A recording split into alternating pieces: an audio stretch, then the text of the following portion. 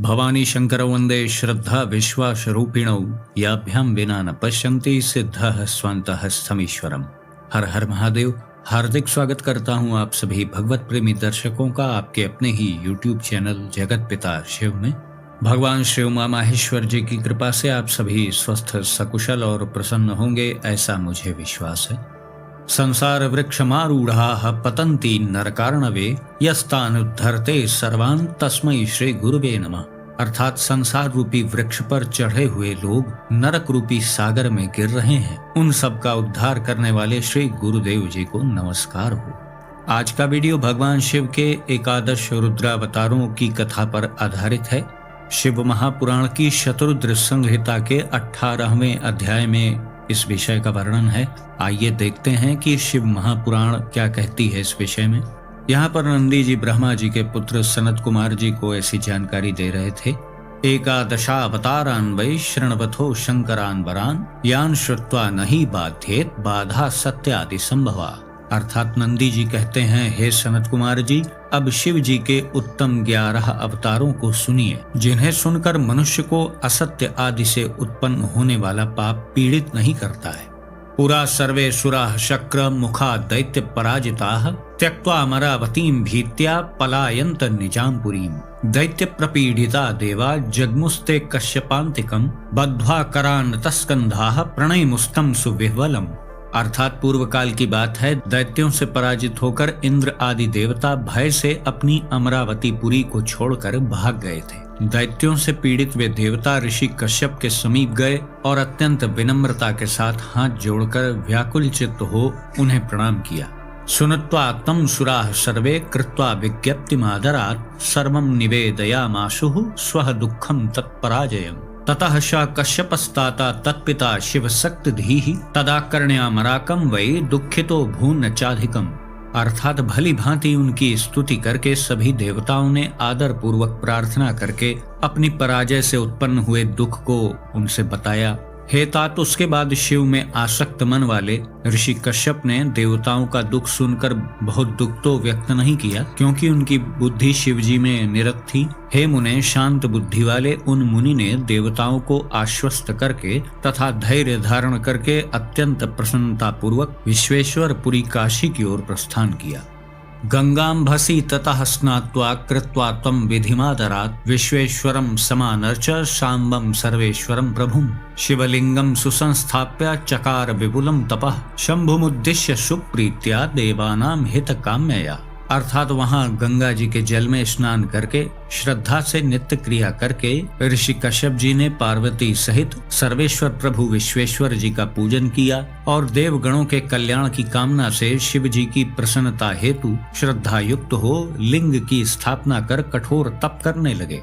महान कालो व्यतीयाय तपतस्तस्य वै मुने शिवपादाम्बुजासक्त मनसो धैर्यशालिनः अथ प्रादुर्भूत शंभुर वरम दातुम तदर्शये स्वपदासक्त मनसे दीनबंधु सताम गति। अर्थात इस प्रकार शिव जी के चरण कमलों में आसक्त मन वाले उन धैर्यवान महर्षि को तप करते हुए बहुत समय बीत गया। तब सज्जनों के एकमात्र शरण दीनबंधु भगवान शिव जी अपने चरण कमलों में आसक्त मन वाले उन कश्यप ऋषि को वर देने के लिए प्रकट हुए। वरम ब्रूहीति चोवाच सुप्रसन्नो महेश्वरः कश्यपम मुनिशार्दूलम स्वभक्तम भक्तवत्सलः। अर्थात भक्तवत्सल शिवजी ने अति प्रसन्न होकर अपने भक्त मुनिश्रेष्ठ कश्यप जी से वर मांगिए ऐसा कहा। दृष्ट्वाथ तम महेशानम सप्रणम्य कृतांजलि तुष्टाव कश्यपो हृष्टो देवतातः प्रसन्नधि। अर्थात उन महेश्वर को देखकर देवगणों के पिताजी कश्यप ऋषि ने हर्षित होकर उन्हें प्रणाम किया और हाथ जोड़कर प्रसन्न चित्त होकर उनकी स्तुति की। देवदेव महेशान शरणागत वत्सल सर्वेशः परमात्मा त्वं ध्यान गम्यो द्वयो व्यया बल निग्रह कर्ता त्वं महेश्वर सताम गति दीन बंधुर दया सिंधुर भक्त रक्षण दक्षधी।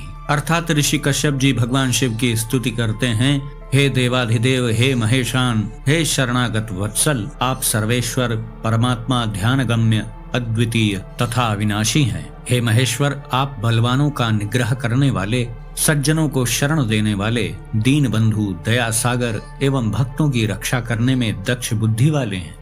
एते सुरास्त्वदीया हि त्वभक्ताश्च विशेषतः दैत्यैः पराजिताश्चाद्यः पाहितान् दुःखितान् प्रभु।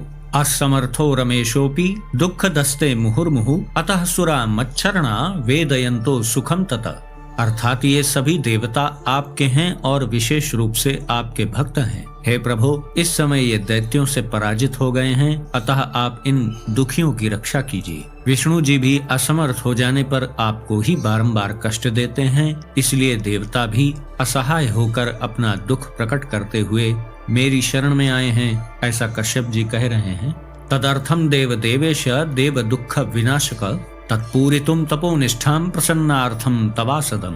अर्थात हे देवाधिदेव, हे देवगणों के दुख का निवारण करने वाले, मैं आपको प्रसन्न करना चाहता हूँ, अतः देवताओं के अभीष्ट को पूर्ण करने के लिए काशीपुरी में आकर आपके लिए तपस्या कर रहा हूँ। शरणं ते प्रपन्नोस्मि सर्वथाहं महेश्वर कामं में पूरय स्वामिन् देव दुखम विनाशय। अर्थात हे महेश्वर, मैं सब प्रकार से आपकी शरण में हूँ। हे स्वामिन, मेरी कामना को पूर्ण कीजिए और देवताओं के दुख को दूर कीजिए। पुत्र दुःखैश्च देवेश दुःखितो हम विशेषतः सुखिनं कुरु मामीश सहायत्वं दिवौकसाम्। भूत्वा मम सुतो नाथ देवा यक्षाः पराजिताः दैत्यैर्महाबलैः शंभो सुरानंद प्रदो भव। अर्थात मैं अपने पुत्रों के दुखों से विशेष रूप से दुखी हूँ, ऐसा कश्यप जी कह रहे हैं। हे महेश्वर, मुझे सुखी कीजिए, आप ही देवताओं के सहायक हैं।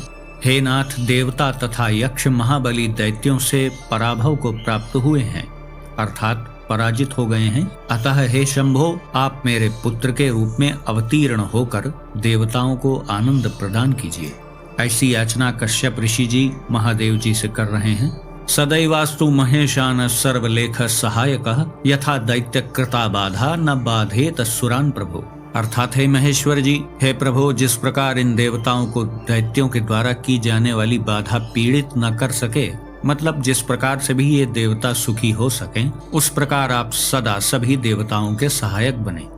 इसी कथा वृत्तांत को बताते हुए आगे नंदी जी सनत कुमार जी से कहते हैं, कश्यप जी के द्वारा इस प्रकार कहे जाने पर सर्वेश्वर भगवान शंकर जी तथास्तु कहकर उनके देखते देखते ही वहां से अंतर्ध्यान हो गए। कश्यप जी भी अत्यंत प्रसन्न होकर शीघ्र अपने स्थान पर चले गए और उन्होंने आदर पूर्वक देवताओं से समस्त वृत्तांत कह सुनाया। ततः स शंकरः सर्वः सत्यं कर्तुं स्वकं वचः सुरभ्यां कश्यपाज्ञे एकादश स्वरूपवान। अर्थात उसके बाद संघर्ता शंकर जी ने अपना वचन सत्य करने के लिए 11 रूप धारण करके कश्यप जी से उनकी सुरभि नामक पत्नी के गर्भ से अवतार ग्रहण किया। मतलब कश्यप ऋषि जी की पत्नी सुरभि जी के गर्भ से वो उत्पन्न हुए। उस समय महान उत्सव हुआ और सब कुछ शिवमय हो गया। कश्यप मुनि सहित सभी देवता भी बहुत प्रसन्न हुए। कपाली पिंगलो भीमो विरूपाक्षो विलोहितः शास्ता जपादहिर्बुध्न्या शंभुश्चंडो भवस्तथा एकादशैते रुद्रास्तु शुरभीतनयाः स्मृताः देव कार्यार्थमुत्पन्नाः शिवरूपाः सुखास्पदम्। अर्थात कपाली, पिंगल, भीम, विरूपाक्ष, विलोहित, शास्ता, अजपाद, अहिर्बुध्न, शंभु, चंड तथा भव, ये 11 रुद्र सुरभि के पुत्र कहे गए हैं। ये सुख के आवास स्थान रुद्रगण देवताओं की कार्य सिद्धि के लिए उत्पन्न हुए थे। ते रुद्राः कश्यपा वीरा महाबल पराक्रमाः दैत्यान जघनुश्च संग्रामे देव साहाय्यकारिणः। अर्थात वे कश्यप पुत्र रुद्रगण वीर तथा महान बल एवं पराक्रम वाले थे। इन्होंने संग्राम में देवताओं के सहायक बनकर दैत्यों का संहार कर डाला। उन रुद्रों की कृपा से इंद्र आदि सभी देवता दैत्यों को जीतकर निर्भय हो गए और स्वस्थ चित्त होकर अपना अपना राज्य कार्य संभालने लगे। अद्यापिते महारुद्राः सर्वे शिवस्वरूपकाः देवानां रक्षणार्थाय विराजन्ते सदा दिवि। अर्थात आज भी शिवस्वरूप वे सभी महारुद्र देवताओं की रक्षा के लिए सदा स्वर्ग में विराजमान रहते हैं। ऐशान्यां पुरिते वासं चक्रेरे भक्तवत्सलाः विरमन्ते सदा तत्र नाना लीला विशारदाः। अर्थात भक्तवत्सल एवं नाना प्रकार की लीला करने में निपुण वे सब ईशानपुरी में निवास करते हैं तथा वहां सदा रमण करते हैं। उनके अनुचर यानी जो उनके सहयोगी हैं उन सभी 11 रुद्रों के, वो करोड़ों रुद्र कहे गए हैं, यानी उनके सहयोगी भी करोड़ों की संख्या में हैं, जिनकी संज्ञा भी रुद्र की ही है। जो तीनों लोकों में विभक्त होकर चारों ओर सर्वत्र स्थित है। इसीलिए देखिए, कहा भी गया है, पहले भी मैंने आपको बताया है कि समस्त सृष्टि में सर्वाधिक संख्या शिवगणों की है और रुद्रों की है। इसीलिए जब कोई भक्त शिव साधना के पथ पर आगे बढ़ता है तो बहुत शीघ्रता से ही शिवगणों के सुरक्षा चक्र में आ जाता है। यदि वो थोड़ी सी भी ठीक ठाक साधना कर रहा है तो निश्चित रूप से आप जान लीजिए कि शिवगणों की संख्या इतनी ढेर सारी है और उनका कार्य ही यही है कि शिव भक्तों के मार्ग को सुलभ करना, उनके मार्ग को आसान करना, उनकी समस्याओं को मिटाना। यही कार्य है जो समस्त रुद्रगण हैं और शिवगण हैं उनका।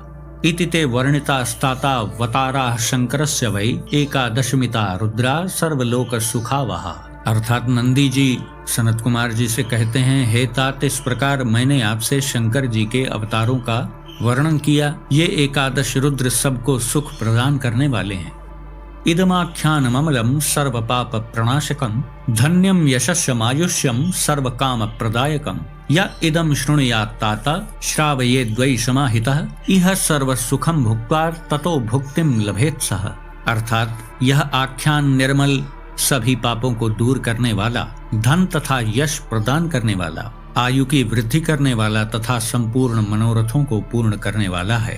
इस प्रसंग को जो सावधान होकर सुनता है अथवा सुनाता है वह इस लोक में सब प्रकार का सुख भोग कर अंत में मुक्ति को प्राप्त कर लेता है।